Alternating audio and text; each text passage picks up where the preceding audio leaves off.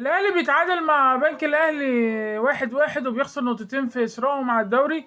الاهلي النهارده بصراحه اداء متوسط جدا جدا جدا، مفيش غير تريزيجيه بس هو اللي كان بيلعب حلو في الماتش الاهلي.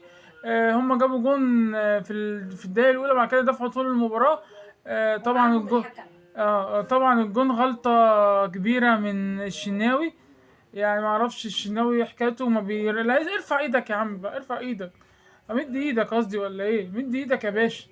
وتريزيجيه بصراحة عمل كام كرة ضاع من كام كرة ضاعوا منه، بس الحمد لله الجون اللي جابه ده من جون حلو جدا، كان أحلى جون ممكن يبقى في الأسبوع ده أو في الدوري. جون جميل جميل جدا. كمان زيزو طلع مصاب، وعندنا برضو إمام موقوف، وعندنا لعيبة تانية مصابة. النهاردة كمان شفنا كاميشو ده اللاعب الجديد، يعني لسه ما بانش قوي.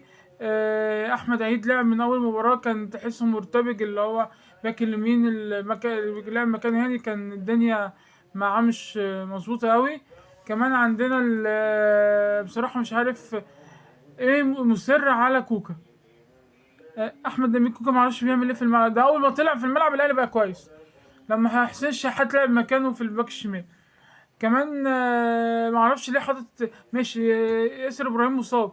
يا عم نزل الجزار الجديد، يا عم احمد بيكهام ده ضايع، بيكهام ضايع. يا عم كنت نزل الجزار الجديد يا عم، او هادي رياض ماشي لسه جاي، نزل الجزار. مش عارف مشكلة في ايه، لعيبة كده بقى انا معرفش بتلعب ليه في الاهلي.